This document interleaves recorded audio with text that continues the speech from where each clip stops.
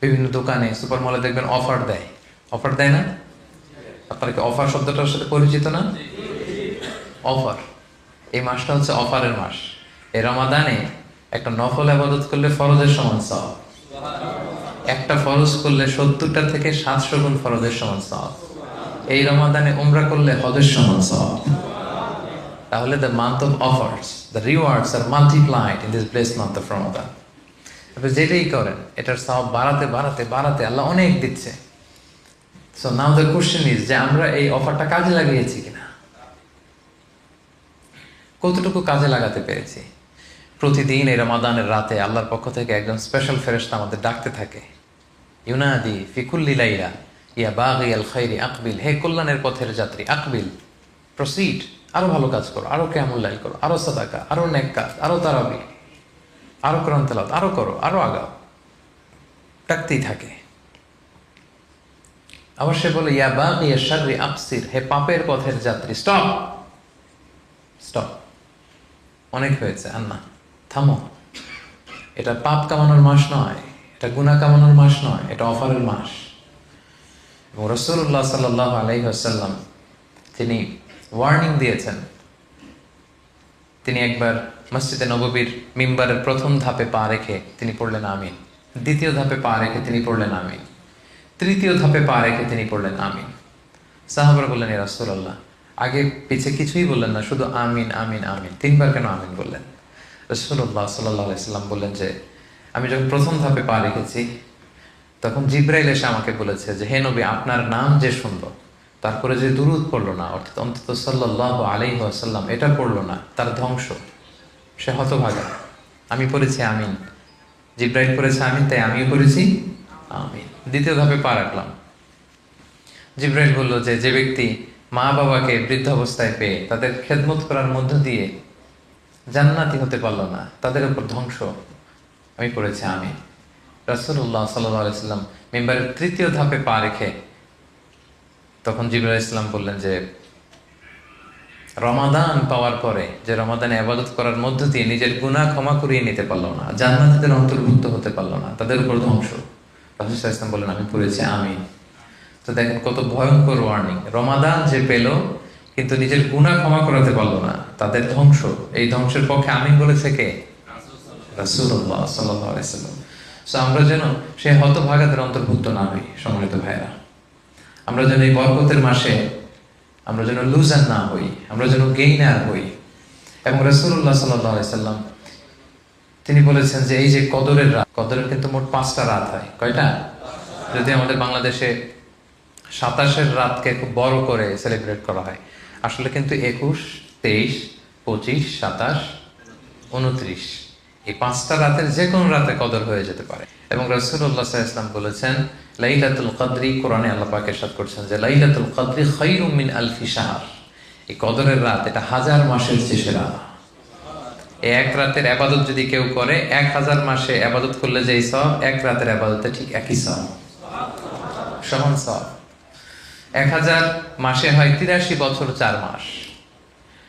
এই রাতে ইবাদত করলে 83 বছর 4 মাস ইবাদতের যে সওয়াব, এক রাতে ইবাদত করলে ওই সওয়াব। তো এই চান্স কি মিস করা যাবে?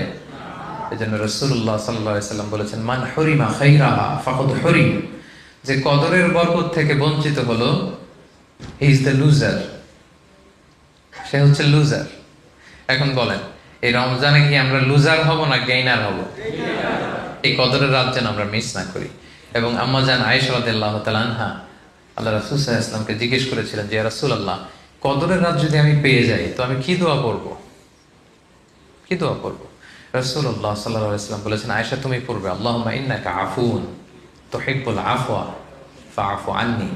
রিপিট, আমি আবার বলছি আল্লাহুম্মা ইন্নাকা আফুন তুহিব্বুল আফওয়া ফাআফু আন্নি।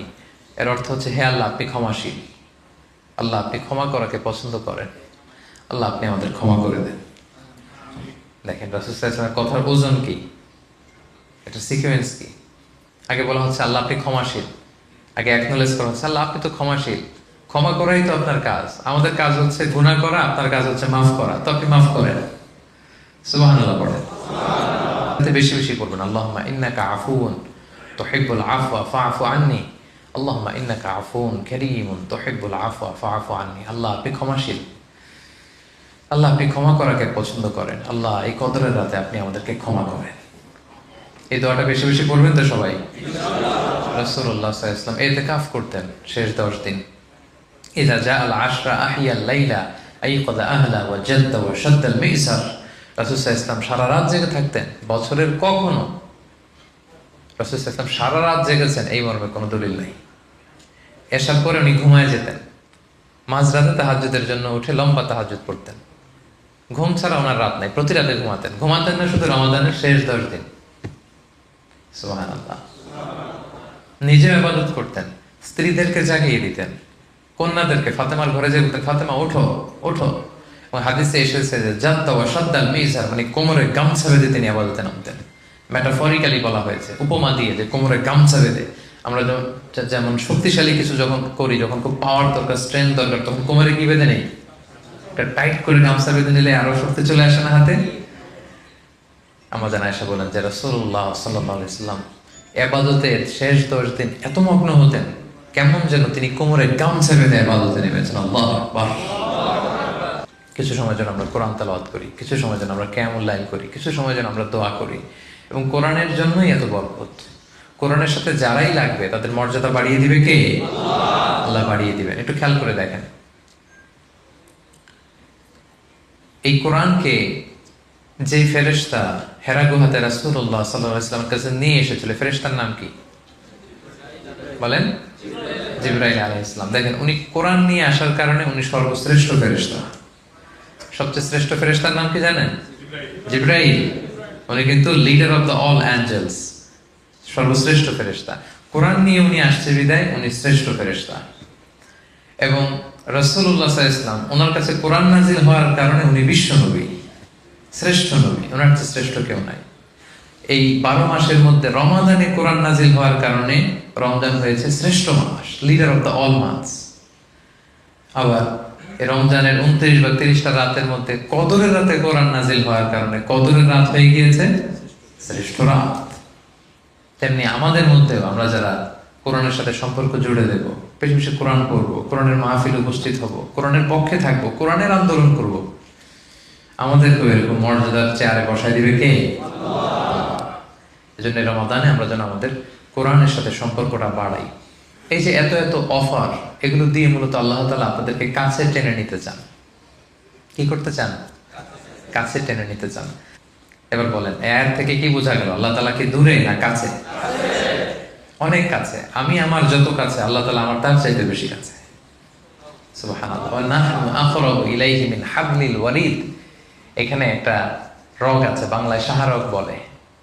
হ্যাঁ, এই যে আমাদের এখানে খাদ্যনালী, শ্বাসনালী, আল্লাহ তাআলা বলে তোমার শ্বাসনালী তোমার যত কাছে, আমি আল্লাহ তোমার তার চাইতে বেশি কাছে। তো রমাদানের এই অফার্স গুলো দিয়ে তিনি আমাদেরকে বেসিকলি কাছে নিতে চায়, কাছে টানতে চায়। এখন তার কোশ্চেন ইজ, আমরা কি তার কাছে যেতে চাই? হ্যাঁ, এই 3-4 জন চাই খালি। আমরা কি আল্লাহর কাছে যেতে চাই? আমরা কি আল্লাহকে কাছে পেতে চাই?